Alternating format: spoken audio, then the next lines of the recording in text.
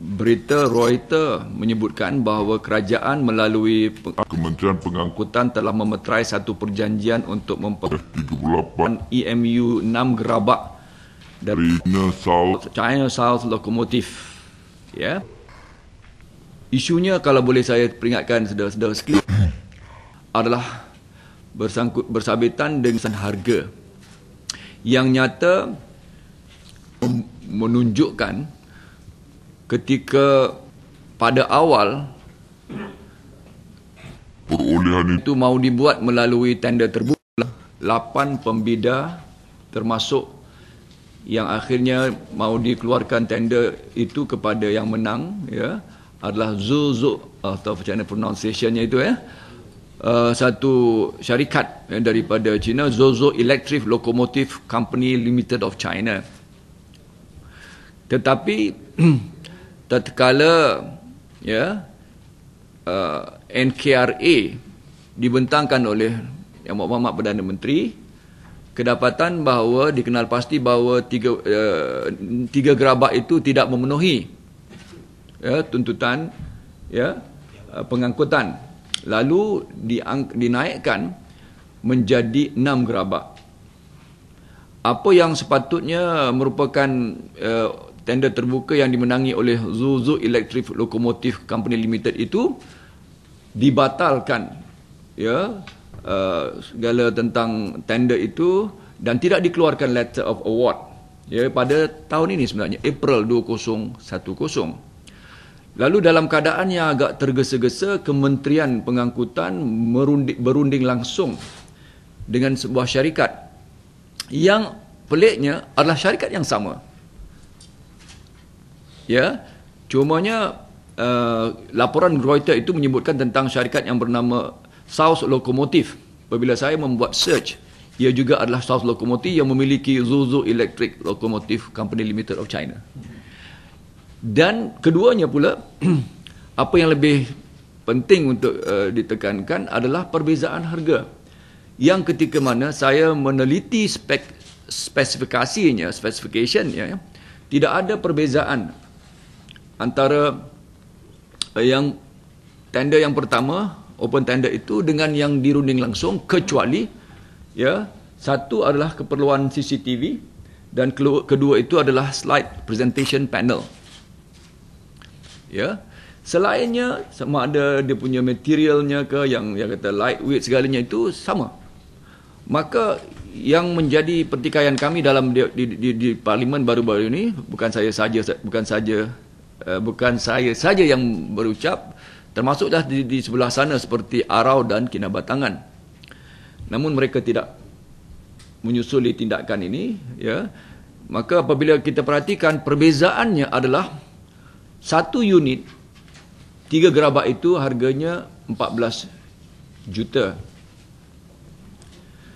Satu unit 3 gerabak adalah sama dengan dua unit 3 gerabak itu samalah dengan satu unit 6 gerabak. It's two time 3 gerabak itu menasabah, kan.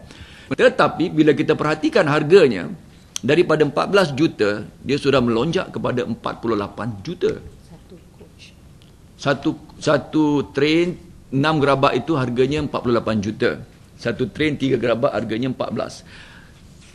Bila para penganalisis meneliti perkara ini, menasabah kalau ia dilonjakkan, kalau direct kalau 2 kali ganda hanya baru 27. Kalau kita tambahlah, oleh kerana kita mengambil kira kos, kadar inflasi, kadar pertukaran wang asing, forexnya, peningkatan kos bahan mentahnya, kos modalnya, sebagainya, mengambil kira semua itu, kita factor in, menasabahlah kalau kita kata maksimumnya 35 ataupun 35 juta.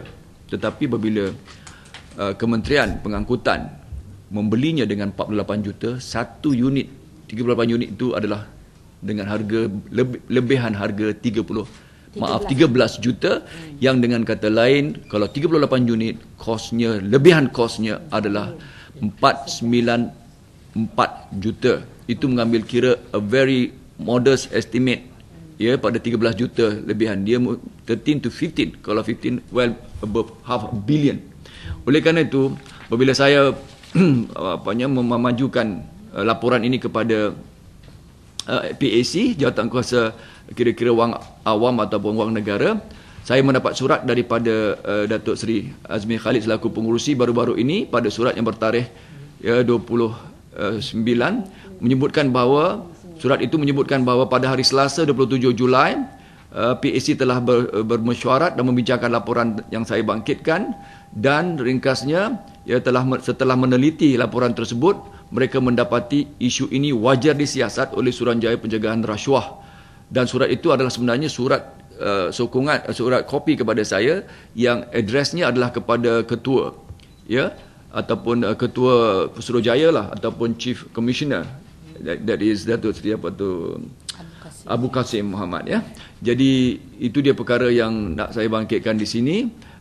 Nyata bahawa dalam suasana yang kerajaan serba tertekan dengan hutang yang terbeban kepada PARAS 52% daripada KNK, hutang awam, hutang kerajaan pusat, kita merasakan amat tidak wajar, ya, amat tidak wajar perkara ini. Kita mahukan PSC menyarankan, ya, SPRM segera bertindak menyiasat, ya, laporan saya itu, ya, dan kita tidak mahu SPRM mengambil masa yang lama. Kita tahu ada kadang-kali PSC suruh tahun-tahun pun tidak, tapi kalau bersabitan dengan apa jua, bersabit dengan perkhidmatan atau pembangkang ni spontan mereka siasat, ya. Jadi oleh kerana itu dalam waktu yang segera ini kita mahu memerhatikan, sebab kita tidak mahu wang rakyat, ya, dihanguskan sedemikian. Dan saya memahami ketika berjumpa dengan Datuk Seri Ong Tee Kiat sendiri, beliau menyebutkan bahawa, dan saya quote ketika saya buat satu visi sebelum daripada ini adalah arahan Kementerian Kewangan. Dia menyebutkan kepada saya secara langsung bahawa we were asked, saya tak nak kata obliged, we were asked by MOF, ya, instructed lah is a word, better word, ya. Jadi oleh kerana itu banyak perkara yang menjadi tanda tanya lah dalam urusan perolehan ini.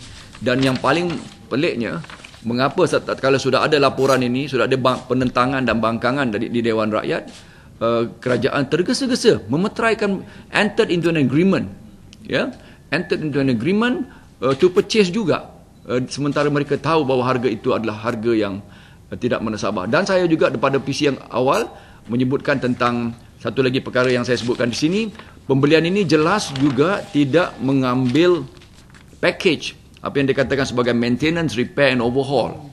Ini telah berlaku pada pembelian KTMB yang pertama, ya, 20 unit, ya, General Electric Blue Tiger, yang hingga hari ini KTMB menanggung kos penyelenggaraannya yang dikenakan oleh GE ini yang terlalu mahal. Sekali lagi dalam perolehan ini mereka mengulangi kesilapan ini. Nyata, ya, they have not learned anything, kesilapan. Kita katalah kesilapan, ya. Jadi kita kata jangan diulangi, ya, urus takbir yang buruk seperti ini, kerana ia akan melibatkan taxpayers money again, ya. Taxpayers is short change, ya.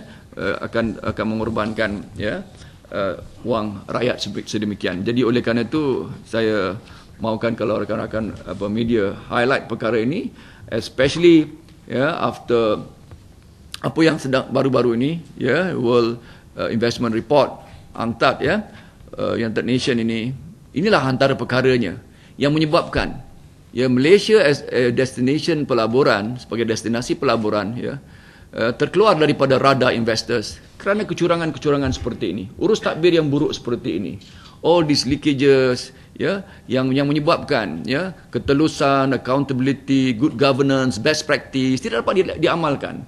Dan sebenarnya investment destination is all about confidence, ya, pelaburan, ya, pelabur tempatan maupun luaran, maupun FDI maupun foreign, ya, akhirnya mereka mahu atau tidak masuk ke sebuah negara itu adalah atas dasar keyakinan dan confidence. If you have this kind of practices, ya, saya tidak imply kickbacks dan apa tu.